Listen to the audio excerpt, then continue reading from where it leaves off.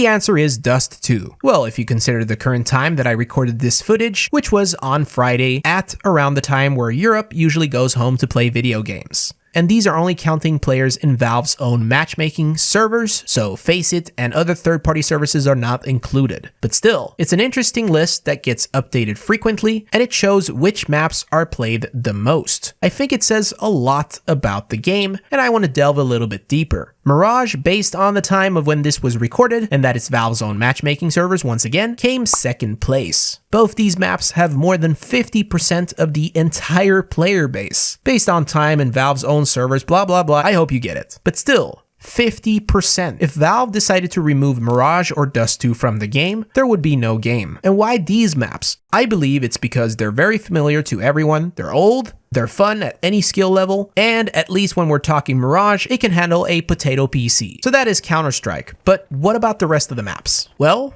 Inferno came in at third place with roughly 13%, then Overpass, then Cache. Wait, Cache? Cache is not even played by the pros, and it was still 5th most played in the list.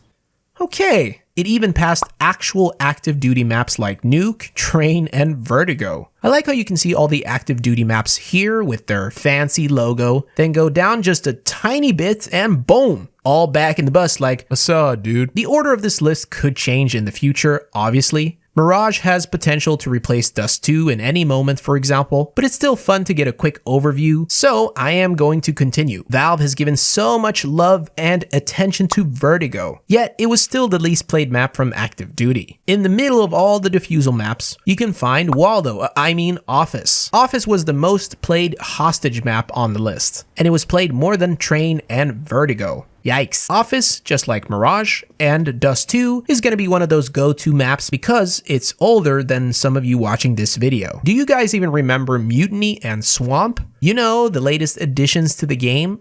If you don't know about these maps, it's probably because they were both located in the under 1% club. And unfortunately, I've had to scroll to find these maps in the list for a few days in a row now. That is a bit concerning since you can play them in scrimmage, which is where most maps are, before getting upgraded to competitive matchmaking. But with less than 1%, Valve might have other plans for them. Even unranked Mirage, just chilling here, had more players than both of these maps combined. There seems to be no major interest in new maps for this game. That is a bit sad.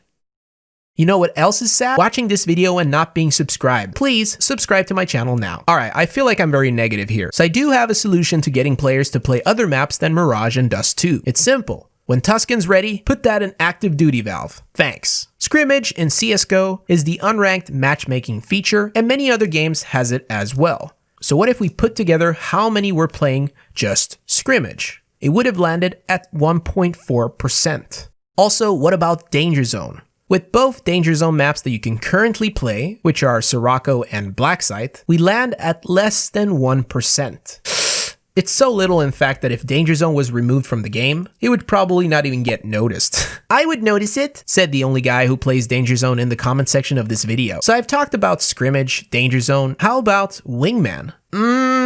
It's tricky because some Wingman maps use the same name as the ones you play in 5v5. Like for example, the Wingman version of Nuke is called Short Nuke, but Inferno is just called Inferno. What I can tell you, the least played map, which funny enough is one of my favorite Wingman maps, Rialto. It's small, which means the rounds go quick and the flow is nice. Granted, it can get a little stressful to play because you're never really safe anywhere on this map, but I kind of like the thrill of that. Finally, here are some notable mentions. DE Canals, which was released in 2017 and was a big ambitious project by Valve, was doing better than the new maps. Cobble still had 1.39%, which isn't too far away from Vertigo. And finally, the least played map was Sugarcane, which is only playable in demolition mode and had just 123 players, which amounts to 0.03%.